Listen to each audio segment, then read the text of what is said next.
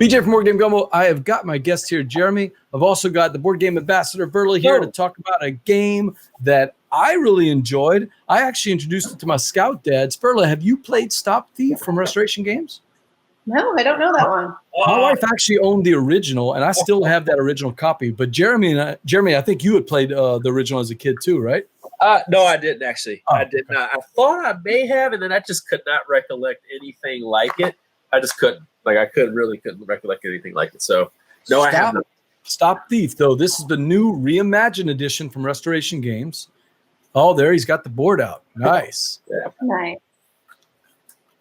So, yeah, you have this big old board, and you're looking for the thief. And there are, if you're playing cooperatively, which you can play competitively cooperatively, there'll be 4 sections in this board. You'll start out in the middle, and what you're doing is moving around these little spots here. And if you notice, there's numbers. Well, you can move between each little spot and then the numbers. So there's little gaps in here with little circles, and you have to move around there. But the criminals move between the numbers, so they just kind of skip spots. And your idea is that you're trying to listen through the app. There's an app. You're trying to listen through the app to find out whether they're walking around. Did they break a window? Did they open a door? Are they on the street? Right. Are they on the street or are they in the subway? So you're trying to figure out where they are, but you know at least they're in one of these 4 spots, at least in the beginning. So what you're trying to do is deduce where they are, and sometimes you're just kind of guessing, but you also can get a hint, which you can do as well. But what you do is you actually get to one of the spots, and as long as you're adjacent to the spot, the number spot, then you can guess. And if you guess the right number, you catch them. But sometimes they commit crimes. All right.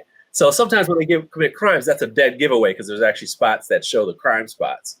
So you're like, oh, okay, if they're there, well, they get to move twice afterwards. So it's like, all right. So they do commit a crime and then they move twice. So you're just like, okay, did they run out of here? Did they, and they always have doors around those spots. So it's like, where did they go? Like, do they run out the door? But it's such a fun family game. We're talking no more than 30 minutes. And you're having a ball of a time, and you get money, and you're supposed to collect a certain amount of money.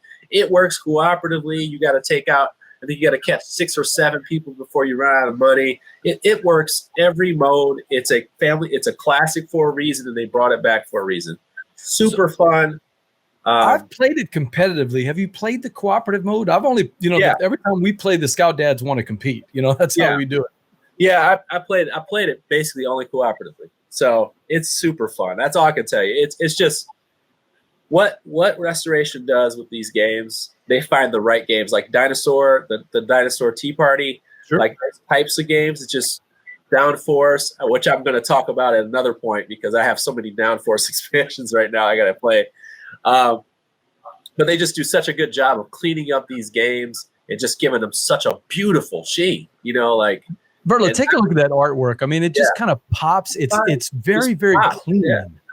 Yeah, it's clean. That's exactly how I can explain it. Everything they've done is so clean, and it doesn't hold back when I say clean. So, it's just that's an impressive game. I was very surprised by that one. I was impressed by it too. I thought I was going into it thinking about the game that we played as kids. No, the combination of the app and the combination of the special powers that I had showed on that previous card of all of the different thieves that you're trying to get. Yeah. And then the combination of having that not cinematics, but theatrics with the app and the board, you always feel like I just need one more clue, one more hit, but I got to spend the money to do it, and the race to try to collect people when other people get close, and then you're like, oh, I'm just going to swoop in there and try to steal this thief from that person. Yeah. I also like the fact that it's the app sounds so cool. Like when they do it, it's like they little clack clack sound, and then you're like, oh my God, he hit the street. You're like, oh no, he's on the street. And once you get on the street, it's really hard to tell because they can go on the street forever. And you're like, which way did they go on the street? At least when they're inside of a building, you feel like you have a chance. But like once they hit the streets, you're just like, which way are they going? I have to which way? I have to guess. Somebody's got to fail and guess or just blindly guess. And that's just part of the fun. The game is absolutely. Berto, there's a timer. As they get in the street, when they get into the other buildings, they'll start knocking off other stores. And if they commit too many crimes, well, they escaped, and you missed out on that one, if I remember right. Isn't that right? Yeah. And so there's. So Coach is asking, is it like Whitechapel? Which kind of sounds like it to me. I've played Whitechapel once. More of a family-friendly version, I would say. Yeah. I was gonna say this sounds better to me, theme-wise, and You could play this with your nieces and nephews. You could play this with high school kids. You could play this with middle school kids, or you could play with your regular game night people that like easy intro. Because Jeremy, there aren't that many rules. I mean, there's not. It doesn't take really long. It doesn't take long to teach it. And I don't know if you played it with it, Jeremy. Each of the investigators has that little special power, which I think is fun. So that's the only way to play with it. Each one of the guys, each one of the people in the game has their own kind of special deck in a sense. Like it's very subtle. Like they have their own abilities, but they all have different numbers in their deck. So one may have big moves, but their ability is not that good. Whereas another one may have like take a second move and like 2 fast cards. So they have that. I was like, that wasn't even needed, and it's still fun. Like it's just like, I don't know, like that game's just fun. That's all I can explain it. It's just it prioritizes fun. What you'll find with me, I love like heavy games, but like I prioritize fun. Fun should not be that hard to find. It should never be that hard to find. Well, some fellow podcasters in there, Jordan and Dean, they're checking out, and both of you guys are right. Restoration Games, whenever they have a new product, it might not be something I pick up, but I'm absolutely going to check it out. Right, Jeremy? Yeah. They have earned my trust now. They're on the list of companies that I'm going to take a look at.